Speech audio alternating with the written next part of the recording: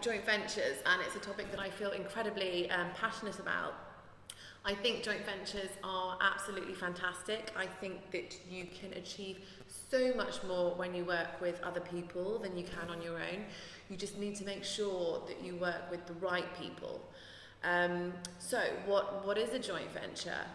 Well, I suppose basically it's in its simplest form is an arrangement between two parties pursuing a common set of goals or objectives. So let's apply this to a property development scenario. Probably the most common form of JV that I see is between the developer and the investor. Now, the investor provides the funds and the developer does the actual deal. So I wanted to speak to you today about my sort of four top requirements that constitute a successful joint venture. Now, I think my top one would be that you partner with someone who has a different skill set to yourself. So you're adding value from this side, and it's value that your joint venture partner couldn't have added. And your joint venture partner is adding value from this side, and it's value that you couldn't have added.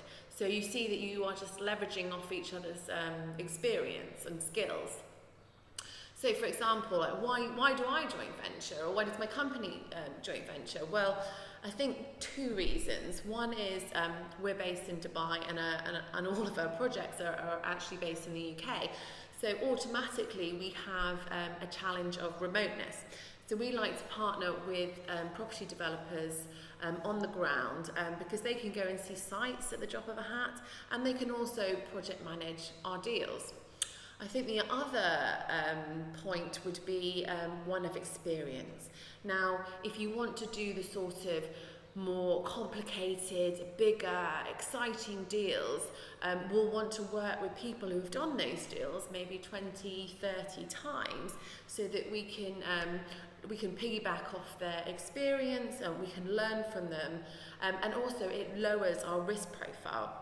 In addition to this, the general rule is the more experienced a property developer, the cheaper the development finance. So that also works in our benefit. So why would a property developer want to JV with us? Well, we provide the funds, but we also provide legal and structuring assistance. We also do extensive due diligence and deal analysis on each deal.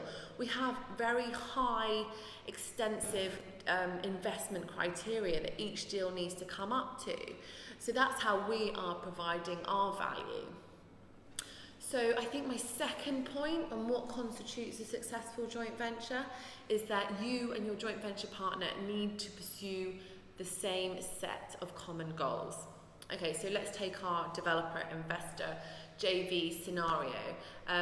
As an investor, you can have many different investors, different investors with different risk profiles. They want different rates of return. They want their money back at different times. They have different exit strategies. You need to make sure what your criteria is, be completely clear on that, and find a joint venture partner or developer that has the same criteria or can deliver that criteria. If you don't share these common goals, it's going to go south pretty quickly. I think my third point would be that you really need to share common values with your joint venture partner. For example, if you're someone who likes to do things by the book, don't partner up with someone that likes to cut corners. It's only gonna end in tears.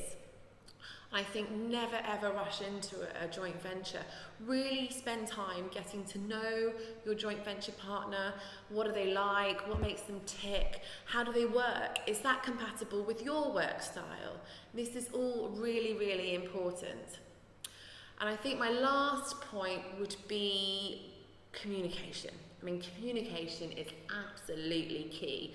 And this needs to be in place from the very start, and it also needs to be maintained. You need to be clear about your commercial intention. They need to be clear about their commercial intention. You both need to be on the same page. And I cannot stress enough that you should really document your joint ventures. Please do not do it off the back of a handshake. It's much easier if things go wrong to point to a document which has all the agreed terms than to have a fight about he said, she said. You just don't want to end up in that scenario. And also, communication needs to be ongoing.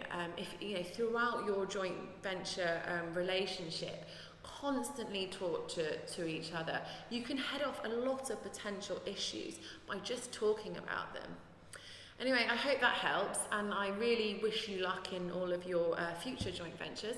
If you have any other tips on what constitutes a successful JV, then please drop them in the comments below. It'd be great to get discussion going. Thanks.